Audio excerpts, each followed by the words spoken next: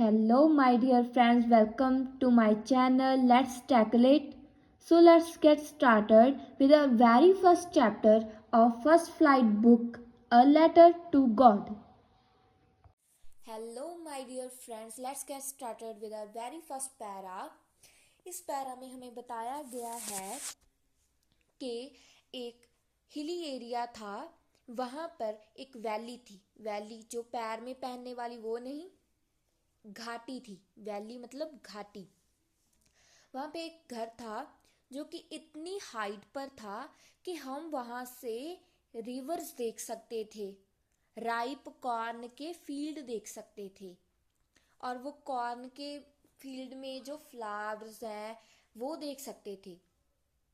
और जो कॉर्न के फील्ड थे ना, वो always promised a good harvest. इसका मतलब है वो हमेशा एक गुड हार्वेस्ट का प्रॉमिस करते थे, अच्छी हार्वेस्ट का प्रॉमिस करते थे।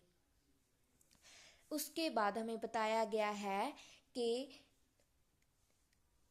जो अर्थ थी ना, वो खेत थे। वो हार्वेस्ट के लिए ओनली अ डाउनपोर और एटलीस्ट अ शावर चाहते थे, अच्छी खेती के लिए, अच्छे हार्वेस्ट के लिए। Throughout the morning Lencho. अब ये लेंचो कौन है? Lencho is the protagonist character of our chapter. हम आगे इसके बारे में और पढ़ेंगे। हमारे नेक्स्ट पैरा में एक वुमेन को प्रेजेंट किया गया है और वो who was preparing supper. Supper means खाना। वो खाना बना रही थी। आगे जाकर देखेंगे कौन सा खाना बना रही थी, लंच, ब्रंच, डिनर और ब्रेकफास्ट। नेक्स्ट हम देखते हैं वो क्या बना रही थी। उनके जो ओल्डर बॉयज थे वो तो काम कर रहे थे और जो छोटे बेटे थे वो खेल रहे थे। कितनी नाइंसाफी है।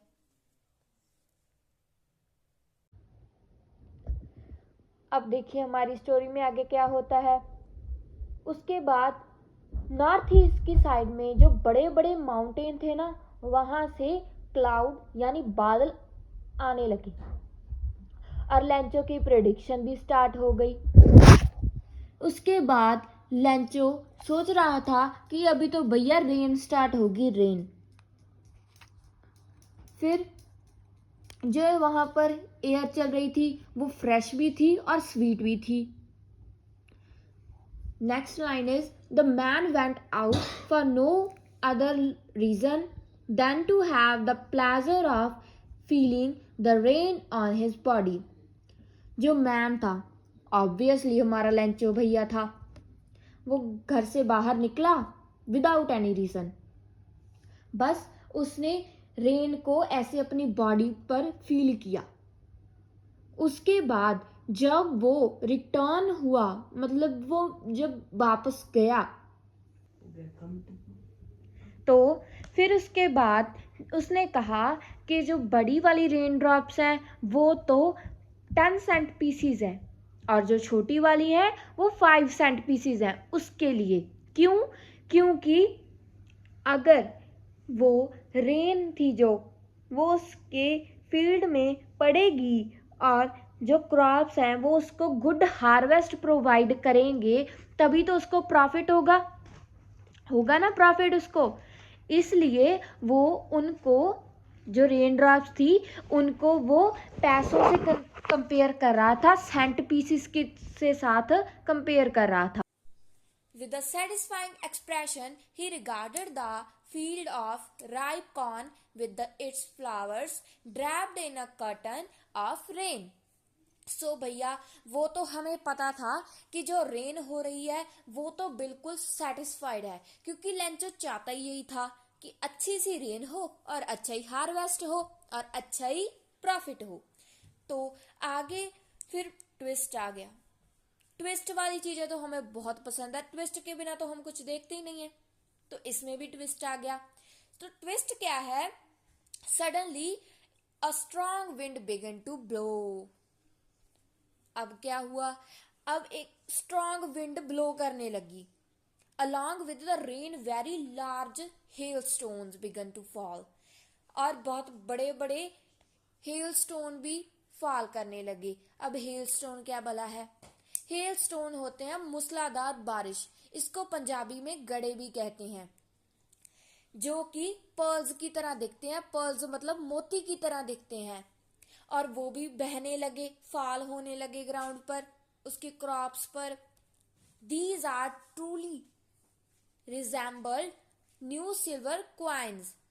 अब ये कौन बोल रहा है? उसका तो बेचारे का काम खत्म तमाम हो गया। उसके बॉयज, उसके बेटे बोल रहे हैं। क्या बोल रहे हैं? वो कह रहे हैं ये सिल्वर क्वाइन की तरह लग रहे हैं, और उनके जो बेटे हैं वो बाहर जाते हैं और वो जो फ्रोजन पर्ल्स की तरह जो हेल स्टोन है उसको इकट्ठा करने लग जाते हैं। बच्चों का तो यही काम होता है ना, वो इकट्ठा करने लग जाते हैं उनको। लैंचो हमारा सोचने लगा, अरे भैया ये तो बहुत बुरा हुआ। पर उसके पास एक होप थी कि जल्दी जल्दी हेलस्टोन चले जाएंगे, लेकिन ये जल्दी नहीं गए।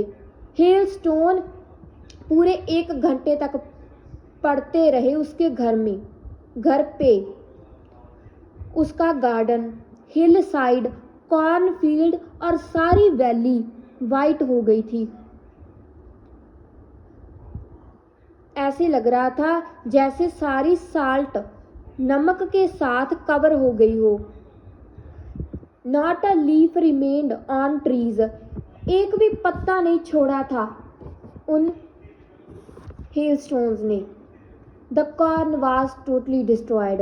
जो कॉर्न थे ना, कॉर्न फील्ड में लगे हुए, वो बिल्कुल डैमेज हो गए थे, डिस्ट्रॉय हो गए थे, खराब हो गए थे। सभी फ्लावर्स अपने प्लांट्स में से झड़ गए। लैंचो की जो सोल थी, आत्मा थी, वो सैडनेस के साथ भर गई थी। Lencho soul was filled with sadness. जब उसकी सोल सैडनेस के साथ भर गई और स्टॉर्म पास हो गया, स्टॉर्म चला गया, वो अपने खेत में जाकर, बीच में जाकर खड़ा हो गया और अपने सन्स को, अपने बच्चों को कहने लगा, a plague of locusts would have left more than this, the hail has left nothing. इसका क्या मतलब है? इसका ये मतलब है कि लैंचो कह रहा है कि लॉक्टस मतलब टिड्डियाँ। लैंचो कह रहा है कि टिड्डियों की जो बीमारी होती है, टिड्डियों के जो विपदा होती है, वो भी इससे ज़्यादा क्रॉप छोड़ जाती है, वो भी इससे ज़्यादा फसल छोड़ जाती है। लेकिन जो हेल स्टॉर्म था ना, उसने सब बर्बाद कर दिया, उसने कुछ नहीं छोड़ा। उसके बाद लैंचो कहने लगा, this year we will have no corn. ये साल हमें कोई भी कुछ नहीं मिलेगा, कोई भी कॉर्न नहीं मिलेगा। That night was sorrowful one, all our work for nothing, there's no who can help us, we all go hungry this year। इसका क्या मतलब है? वो जो नाइट थी ना, बहुत ही दुखदायक, सॉरोफुल रही उनके लिए। सारा वर्क खत्म हो गया था, उनके लिए कोई वर्क नहीं रहा। जब खेती नहीं रही तो उनके पास कोई वर्क नहीं रहा, क्योंकि वो एक फार्मर ही था, उसके पास और कोई काम नहीं था। उसने कहा कि हमें अब कोई हेल्प नहीं करेगा, कोई हमारी हेल्प करने नहीं आएगा, हम इस साल भूखे मर जाएंगे। स्टार्व मतलब होता है भूखे मरना। ये न्यू वर्ड है, प्लीज़ इसको नोट कर लीजिए। We will all go hungry this year. ये लैंचो ने कहा था कि हम इस साल भूखे मर जाएंगे। But in the hearts of all who lived in the solitary house in the middle of the valley, there was a single hope, help from God। वो कह रहे हैं कि वैली के जो बीच में एक अकेला घर था, जो कि लैंचो का था ऑब्वियसली। उस घर के जो Don't be so upset, even though this seems like total loss। लैंचो अपने आप को कह रहा है कि इतना अपसेट होने की नहीं ज़रूरत, चाहे उसका बहुत सारा लॉस हो गया है। Remember, no one dies of hunger. वो कहता है रिमेंबर करो, कोई भी भूखमरी से, स्टार्विंग से कोई मरता नहीं है। That's why say no one's dies of hunger, इसलिए उसने कहा कि भूखमरी से कोई मरता नहीं है। All through the night लैंचो thought only of his hope, the help of God. सारी रात वो सोचता रहा कि उसके पास एक होप बची है, एक आशा बची है, जो कि क्या थी? गॉड की मदद। Whose eyes, as he had been instructed, see everything, even what is deep in one's conscience. वो कहता है कि गॉड की जो निगाह है, जो आइज है, वो हमारे ऊपर ही इंस्ट्रक्टेड रहती है। वो सब कुछ देखती हैं, क्या गलत है, क्या सही है। Lancho was an ox of a man, working like an animal in the field, but still he knew how to ride. कहते हैं कि लैंचो अपने फील्ड में, अपने खेत में एनिमल्स की तरह काम करता था, लेकिन फिर भी उसे लेटर लिखना आता था, उसे लिखना आता था। The following Sunday at daybreak he began to write a letter which he himself would carry to town and place in the mail. It was nothing less than a letter to God. So following Sunday का दिन था, day break में उसने letter लिखना start किया, which he himself would carry to town and place it in the mail, जो उसने mail box में डाल दिया। वो कहते हैं कि ये जो लेटर उसने भेजा था ना, जो राइट किया था, वो लेटर टू गॉड से कम नहीं था। God he right, if you don't help me, my family and I will go hungry this year. वो कहता है कि गॉड, परमात्मा, अगर आपने मेरी मदद नहीं की तो मैं और मेरी फैमिली ये साल भूखे रह जाएंगे। I need 100 pesos in order to sow my field again and to live until the crop comes because the hailstorms. वो कहता है कि आपको तो पता ही है कि हेलस्टॉर्म्स ने मेरे क्रॉप्स के साथ क्या किया है, मेरे क्रॉप्स को बर्बाद कर दिया है, इसलिए मुझे 100 pesos चाहिए जब तक नए क्रॉप्स मैं उगा ना लूँ अपने खेत में। He wrote to God on the envelope. उसने जो लेटर को एनवेलप में डालते हैं, जो लिफाफे में डालते हैं, उस पर लिखा to God. Put the letter inside and still troubled, went to town. उसने उसमें लेटर रखा और टाउन की तरफ चला गया। At the post office he placed a stamp on the letter and dropped it into the mailbox. जब वो पोस्ट ऑफिस पहुंचा तब उसने लेटर पर स्टैंप लगाई और मेल बॉक्स में ड्रॉप कर दिया, डाल दिया। वन ऑफ द एम्प्लॉय, जो कि पोस्टमैन था और पोस्ट ऑफिस में हेल्पर की तरह काम करता था, वेंट टू हिज बॉस, वो अपने बॉस के पास गया जो कि पोस्ट मास्टर था। ये पोस्टमैन है और उसका बॉस पोस्ट मास्टर है। हंसते हुए वो अपने बॉस और पोस्ट मास्टर के पास गया और वो कह रहा था कि मैंने अपने करियर में ऐसा कोई भी लेटर नहीं देखा जिस पर ऐसा एड्रेस लिखा हो। वो अपने पोस्ट मास्टर के पास जब लेकर गया, जो कि अ फैट एमिएबल फेलो था, वो जो कि मोटा ताज़ा और एमिएबल मतलब फ्रेंडली एंड प्लीजेंट फेलो था। वो भी हंसी से टूट पड़ा। पर हंसी के बाद वो इमीडिएटली सीरियस मूड में आ गया और जो लेटर था उसको डेस्क पर टैप करने लगा और उसने कमेंट किया कि what a faith, I wish I had the faith of the man who wrote this letter. वो कहता कि क्या फेथ है, क्या फेथ है इस बंदे का जिसने ये लेटर लिखा है गॉड को। Next we have another line. So in order not to shake the writer's faith in God, the postmaster came up with an idea. Oh, idea आ गया उसको। So postmaster कह रहा है कि उसे उस जो लेटर लिखने वाला है हमारा लेंचो भैया, उसका जो फेथ है उसको हिलाना नहीं चाहिए, उसको शेक नहीं करना चाहिए। इसलिए उसको एक आइडिया आया कि उसको इस लेटर का आंसर देना पड़ेगा, आंसर देना चाहिए। बट जब उसने लेटर को ओपन किया और उसे पढ़ा, it was evident that to answer it he needed something more than the goodwill.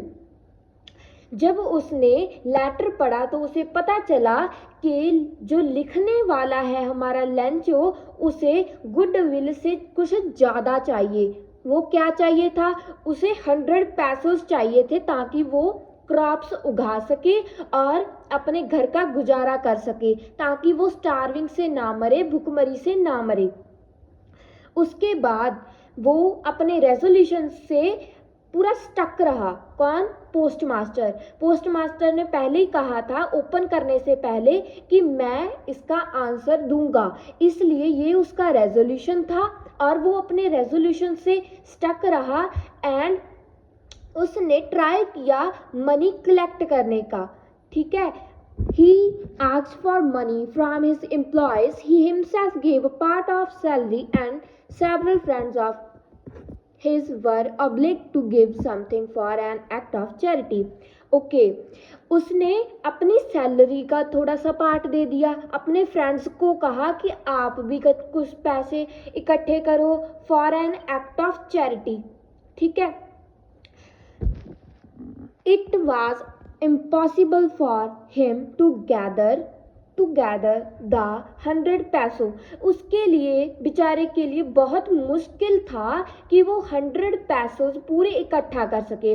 100 पैसों मैं आपको बताना भूल गई कि 100 पैसों है वो एक करेंसी है, पैसों करेंसी है जो कि लेंचो को चाहिए थी अपने क्रॉप्स के लिए। ठीक है, वो जो पोस्टमास्टर था वो इतनी रकम इकट्ठा करने इम्पॉसिबल थी उसके लिए। उसके बाद इसके बाद वो सिर्फ मोर देन हाफ मनी, जब हम कह सकते हैं इसको 70 और 75 पैसों, 70 पैसों, वो मोर देन हाफ 50 से ज़्यादा, 50 पैसों से ज़्यादा इकट्ठा कर पाया और उसने वो पैसे एनवलप में डाले और एड्रेस लिख दिया containing only a single word as a signature, God. The following Sunday. अरे वाह, फिर संडे आ गया। यहाँ तो बरसों बाद संडे आता है। Okay, the following Sunday, Lemcho came a bit earlier than usual to ask if there was a letter for him. अच्छा, तो लेंचो जो रोज की दिनचर्या थी उससे थोड़ा सा जल्दी वो गया और उसने पूछा कि उसके लिए कोई लेटर आया है, और उसी पोस्टमैन ने उसको उसका लेटर सौंप दिया। जब उसको लेटर दिया तो पोस्ट मास्टर था, जो पोस्टमैन का बॉस था, वो अपने कैबिन में खड़ा, अपने ऑफिस में खड़ा उसको देख रहा था कि देखता हूँ ये कौन सा बंदा है जिसने गॉड को लेटर लिखा है, जिसके अंदर इतना अनफ्लिंचिंग फेथ है कि उसने गॉड को लेटर लिख दिया कि उसको 100 पैसे चाहिए। उसके बाद जब वो पोस्ट मास्टर उसका एक्सप्रेशन देख रहा था तो Lencho showed not the slightest surprise on seeing the money. Lencho को तो पता ही था क्योंकि उसको अनब्रेकेबल फेथ था गॉड में, उसको पता था कि मुझे हेल्प ज़रूर मिलेगी। उसने कोई भी सरप्राइज एक्सप्रेशन नहीं दिए, वो बहुत कॉन्फिडेंट था कि मुझे पैसे मिलेंगे ही गॉड की तरफ से। बट वो एंग्री हो गया। क्यों? क्योंकि जब उसने एनवलप से पैसे निकाले और उसको गिना तो वो 100 पैसों नहीं थे, जो कि इनसफिशिएंट थे उसके लिए। वो सोचने लगा कि ना तो ये गॉड मिस्टेक कर सकता है, ना ही गॉड मेरी रिक्वेस्ट को डिनाई कर सकता है। इमीडिएटली लैंचो विंडो के पास गया और उसने पेन और इंक मांगी। On the public writing table he started to write वो वाला लेटर जो उसने भेजना था किसको? गॉड को। विद वेरी एफर्ट्स उसने अपने आइडियाज़ को प्रेजेंट किया लेटर में। जब उसने अपना लेटर फिनिश कर दिया उसके बाद वो विंडो के पास फिर गया, उसने स्टैंप बाई की और उसने एनवलप को अफिक्स्ड कर दिया लिक कर अपनी टंग के साथ। ठीक है। The moment letter fell into the mailbox, जब वो मूमेंट आया, जब लेटर मेल बॉक्स में गया, तभी पोस्ट मास्टर की एंट्री हुई और उसने मेल बॉक्स में से लेटर निकाल लिया। वाव। उसके बाद उसने लेटर खोला और पढ़ता है जो हमारे लंचो भैया फरमाते हैं कि of the money that I asked only 70 पैसों रीच्ड मी। वो कहता है गॉड मुझे तो 70 पैसों ही मिले हैं जो आपने मनी भेजी थी, मुझे रेस्ट ऑफ द मनी भेज दो, I need it very much. वो तो हमें पता है क्यों चाहिए थी, है ना उसे। But don't send it to through the mail. वो कहता है कि इसको मेल के थ्रू मत भेजना। क्यों? क्योंकि जो पोस्ट ऑफिस के एम्प्लॉयज़ हैं ना वो बंच ऑफ क्रुक्स हैं, बदमाशों का समूह है वो, इसलिए वो कहता है कि मेल के थ्रू ना भेजना। क्योंकि आप उसको फेथ था गॉड में, उसको ये लग रहा था कि गॉड ने तो पूरे पैसे भेजे होंगे लेकिन जो एम्प्लॉयज़ है ना इन्होंने निकाल लिए होंगे, बल्कि उसको पता ही नहीं कि जो एम्प्लॉयज़ है, जो पोस्ट मास्टर है, उनकी वजह से ही उसको 70 पैसों मिले हैं, है ना। बट उसकी थिंकिंग ही यही थी, वो गॉड में इतना फेथ करता था। So this was the letter to God chapter that we had done. Thank you for watching. Thanks for watching.